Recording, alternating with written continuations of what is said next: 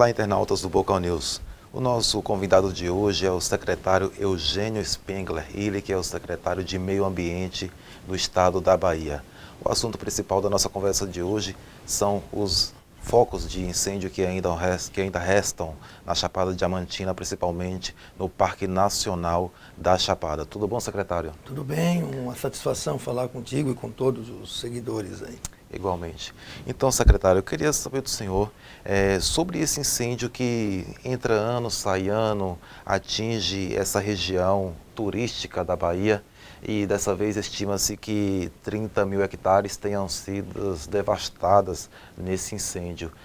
Por que isso ocorre com tanta frequência? Há um trabalho de prevenção? Como é que se dá esse combate hoje na região da Chapada? Primeiro é importante ressaltar que a Chapada Diamantina, a região do semiárido, de clima semiárido e também a região do Cerrado, convivem com incêndios florestais há milhões de anos. É um ambiente, pela própria condição climática, de períodos longos de estiagem, que acabam favorecendo o surgimento de focos de incêndio.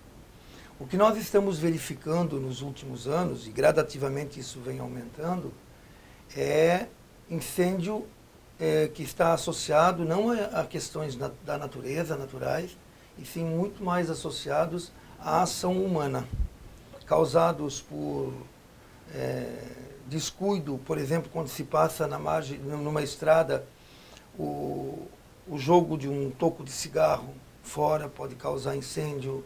Uma peça de veículo que esteja muito aquecida pode causar incêndio. A colocação de resíduos sólidos, de lixo na beira do asfalto pode potenciar a luz do sol, dependendo do tipo de material que causa incêndio. Nós temos também verificado ação desregrada e sem cuidado de manejo de solo de algumas propriedades com o uso de fogo, e as pessoas acabam, por falta de treinamento ou por falta de cuidado, perdendo o controle. Mas também há muitos indícios, e não são poucos os indícios, de que esteja ocorrendo uma ação criminosa, provocação de incêndios de forma proposital por pessoas, por grupos de pessoas, por indivíduos.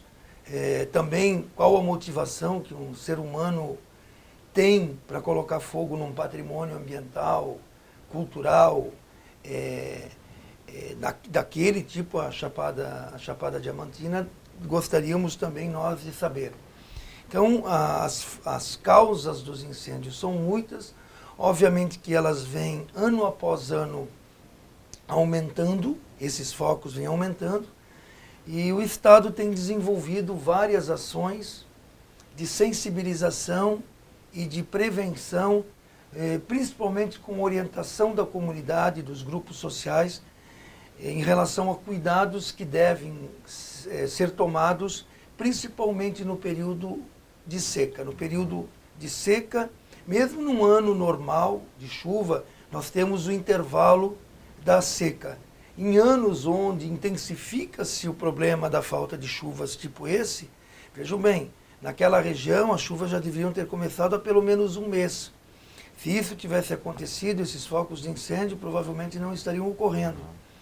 Então, nesse período é fundamental, o período da seca, que a comunidade, que as pessoas prestem mais atenção ou evitem utilizar-se do fogo como uma prática normal de manejo de solo. Nós temos dentro do programa Bahia Sem Fogo, várias atividades preventivas que vão desde da atividade de educação ambiental, com realização de palestras, orientação nas escolas, distribuição de material. Estamos entrando numa fase importante de treinamento com dias de campo para treinar os agricultores que utilizam-se do fogo como uma prática de manejo, de preparo do solo para plantio, para que eles possam compreender claramente quais os cuidados que devem ser feitos. E também a Secretaria de Segurança Pública já determinou a abertura de processo investigativo, e isso deverá ser acompanhado ao longo do ano para tentar identificar Primeiro, se há crime, se há prática de crime em alguns focos de incêndio. E comprovado essa suspeita, para ver se conseguimos identificar quem são os autores ou autoras. E já existe indício de autores, de responsáveis por esse suposto crime? Existem indícios, a Polícia Civil, com a área técnica e de investigação, está levantando os dados. Assim, obviamente, que tiver uma conclusão disso, será divulgado.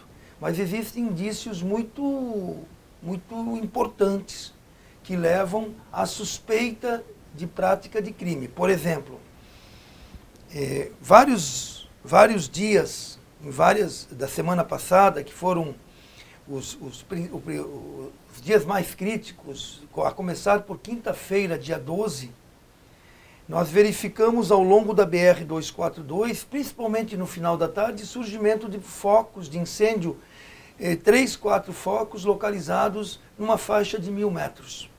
Tudo indica que foi colocado propositadamente.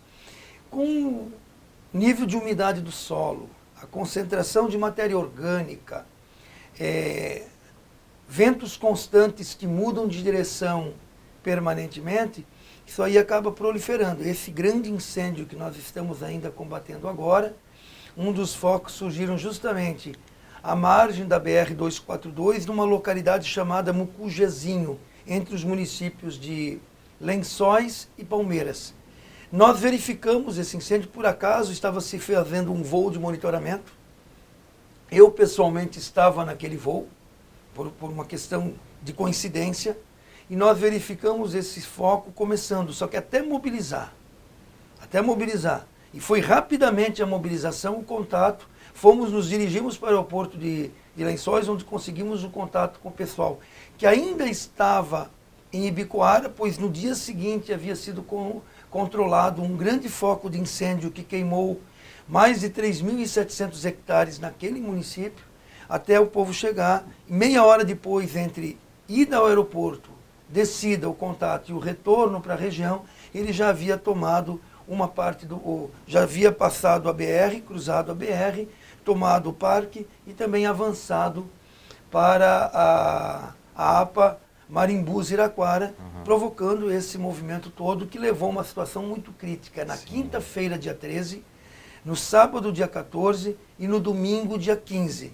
Nós iniciamos um processo de controle a partir da segunda-feira, dia 16, e aí gradativamente nós começamos com a ação dos bombeiros, com a ação do apoio do Exército, com o apoio da Aeronáutica, com a participação muito importante dos brigadistas voluntários, articulados com o Corpo de Bombeiros.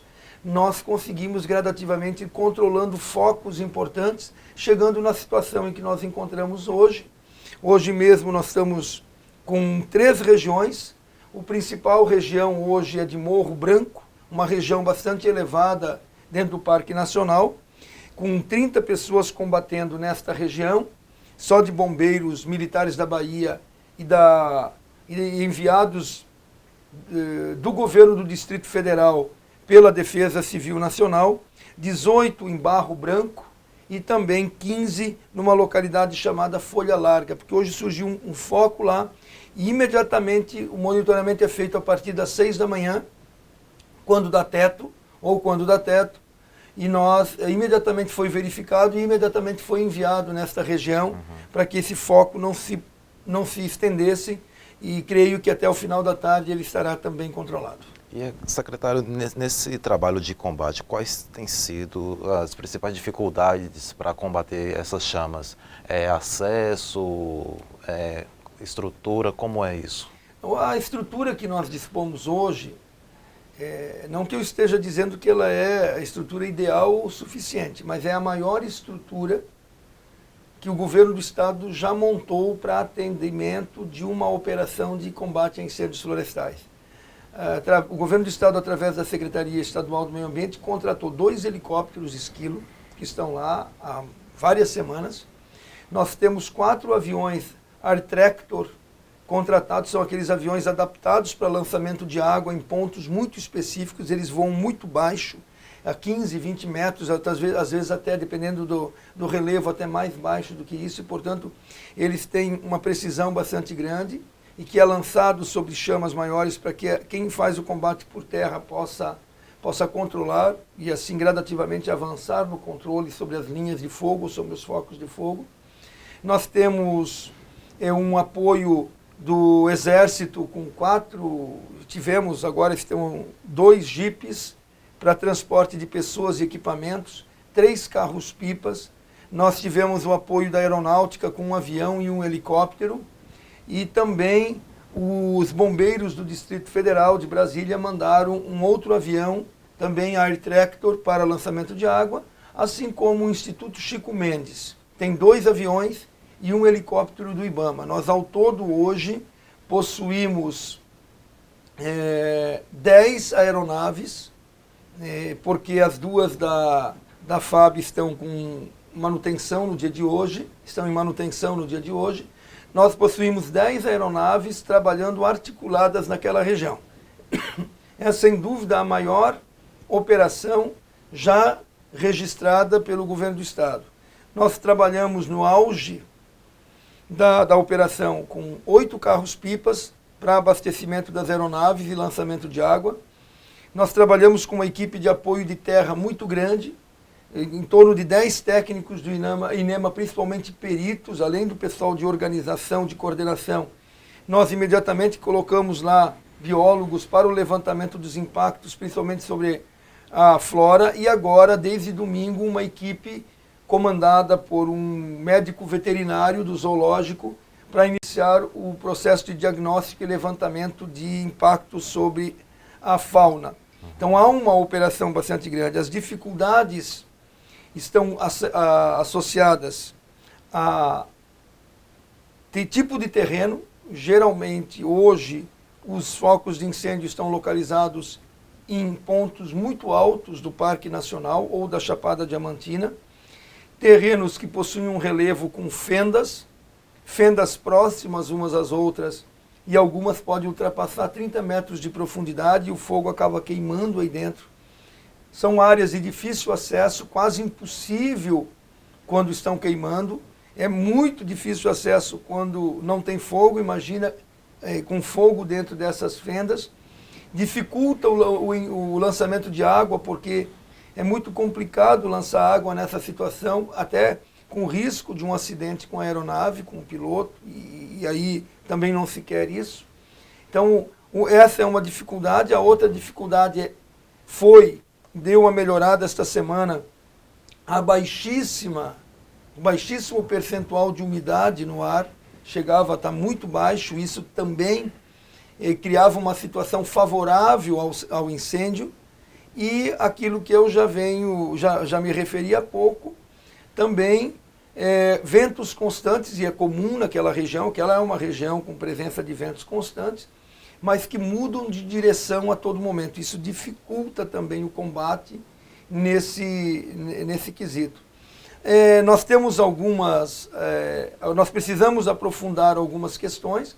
No início, a gente teve algumas dificuldades entre a ação das equipes do Estado com as equipes de brigadas voluntárias, mas que a partir do início, segunda, terça-feira da semana passada, esse processo foi equacionado, tanto é que os equipamentos, principalmente de helicópteros, são utilizados tanto para o transporte de bombeiros da Bahia e bombeiros de Brasília, como também para brigadistas voluntários.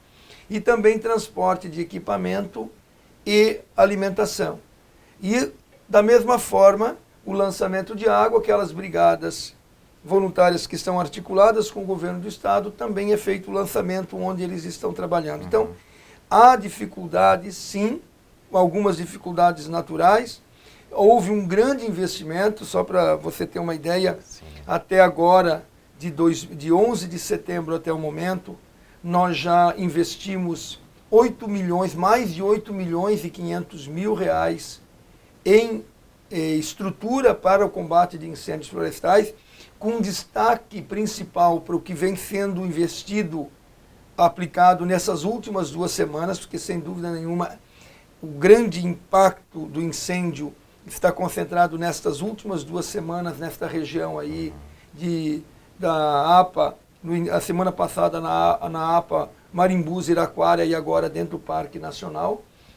Mas há uma determinação do próprio governador Rui Costa para que os recursos necessários, e tanto do ponto de vista de recursos financeiros e equipamentos, assim como também de pessoal, ele seja disponibilizado para que o mais rapidamente possível nós possamos controlar e gradativamente ir exterminando a presença de fogo naquela região.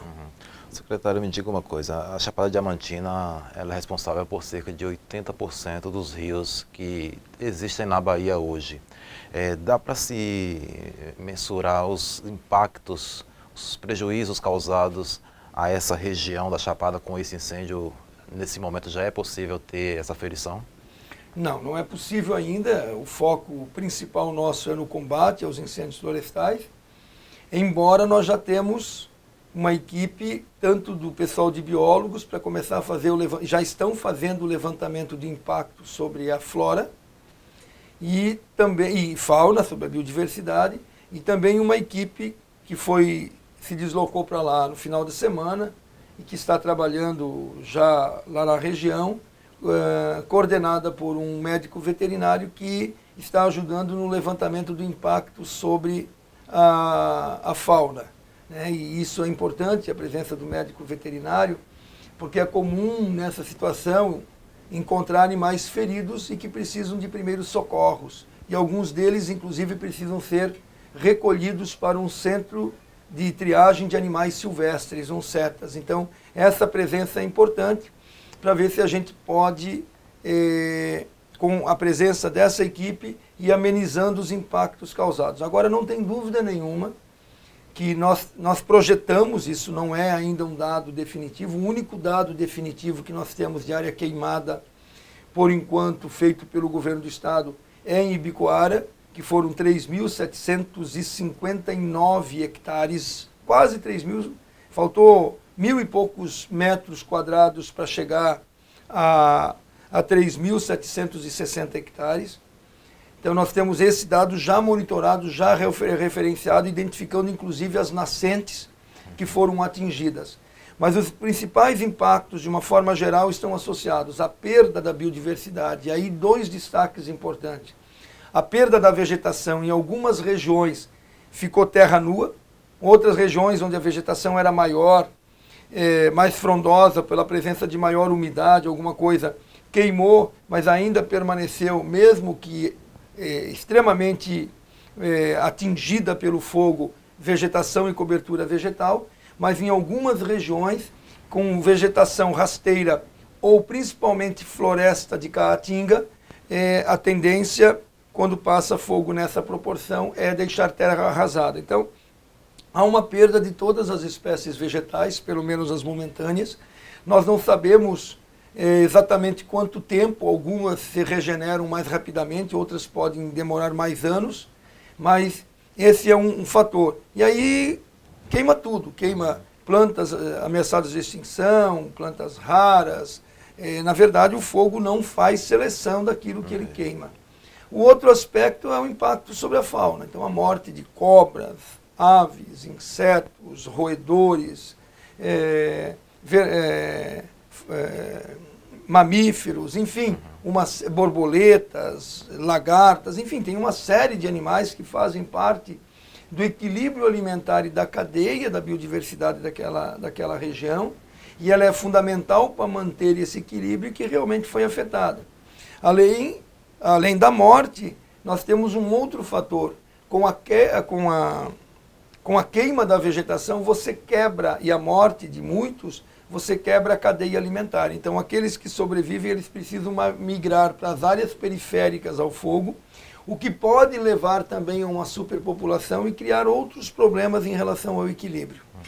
O segundo aspecto que eu destaco de impacto está associado exatamente àquilo que você se referiu na pergunta, a questão da água.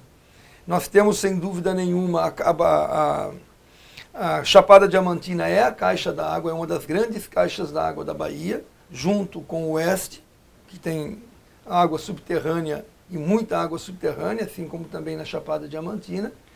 As principais contribuições dos rios da Chapada Diamantina são para a região do Atlântico Leste, região hidrográfica do Atlântico Leste, e, de modo especial, o nosso rio Paraguaçu.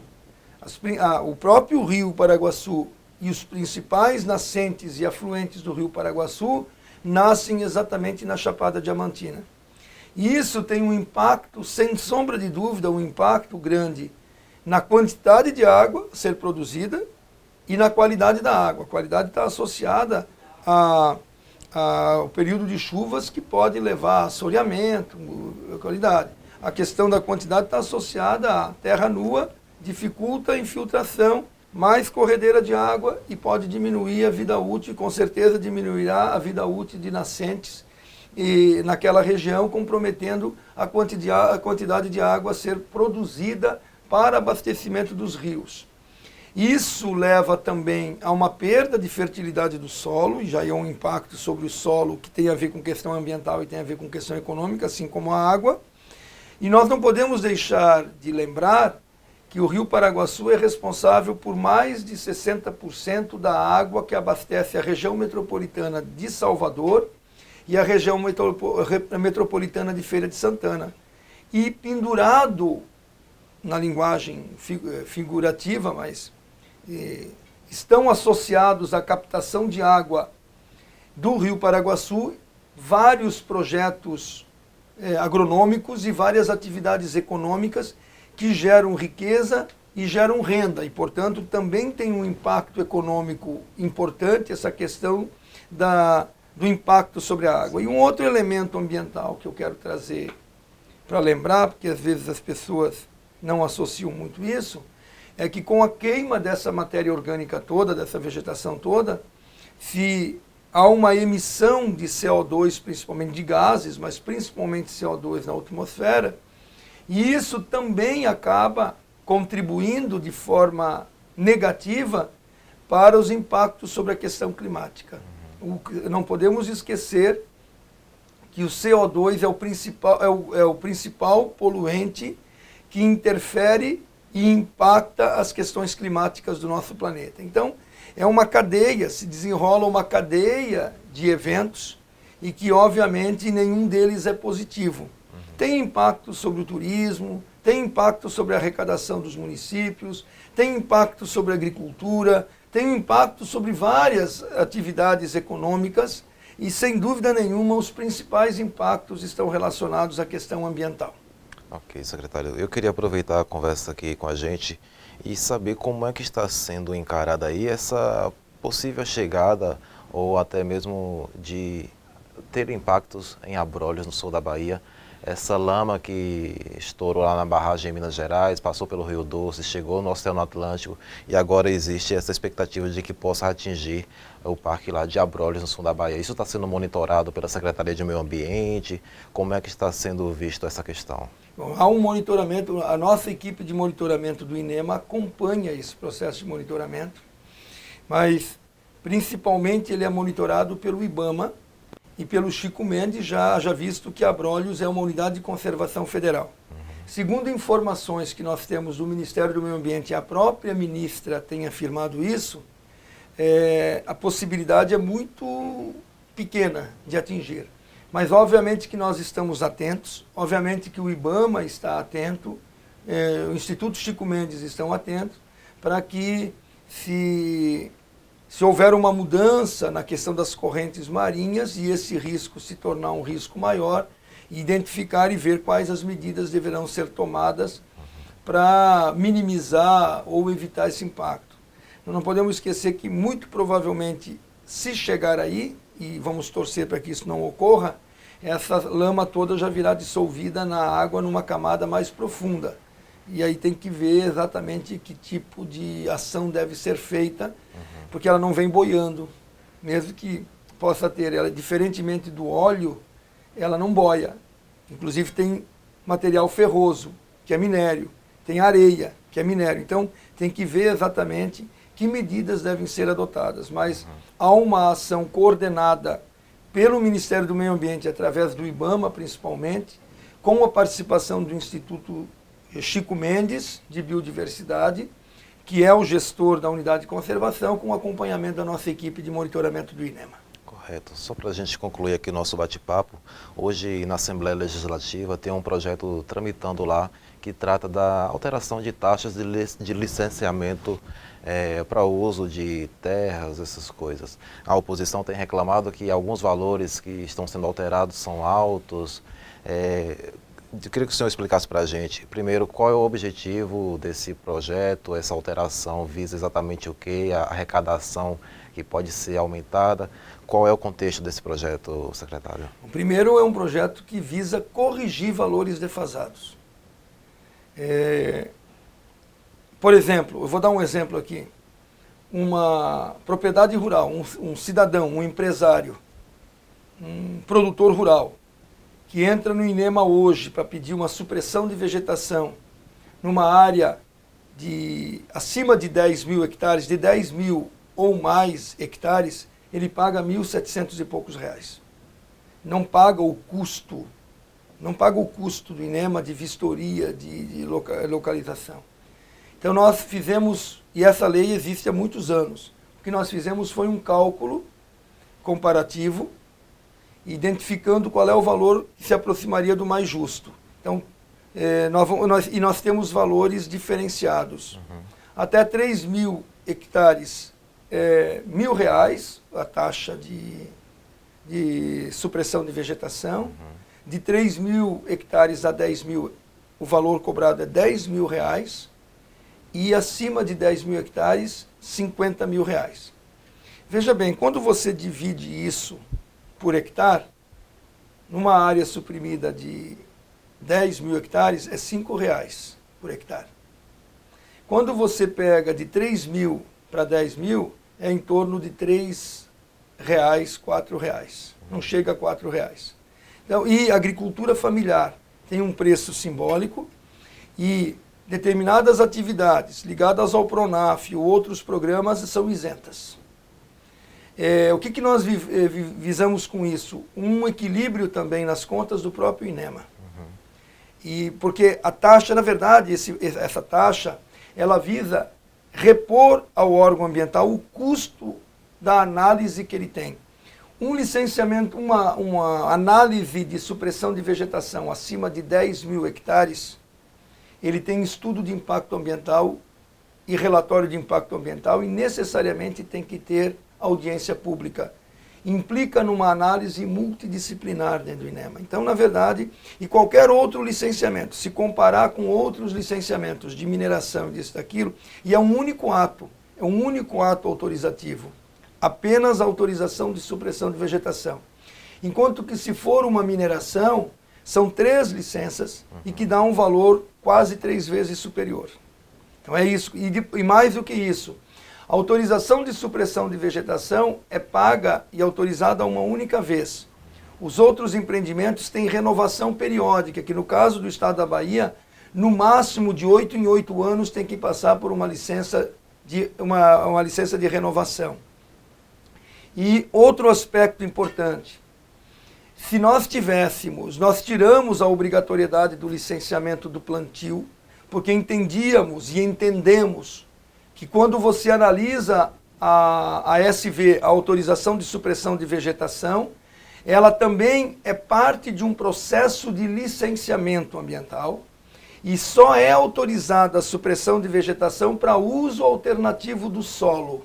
E o cidadão tem que apresentar no pedido de análise de supressão de vegetação um projeto agronômico ou um projeto de construção de uma estrada ou um projeto para construir um parque eólico ou para construir uma garagem ou para fazer o que quer que seja que ele queira fazer. Então nós entendemos que ele já está licenciado, ele não precisa mais, no estado da Bahia, licenciar o plantio.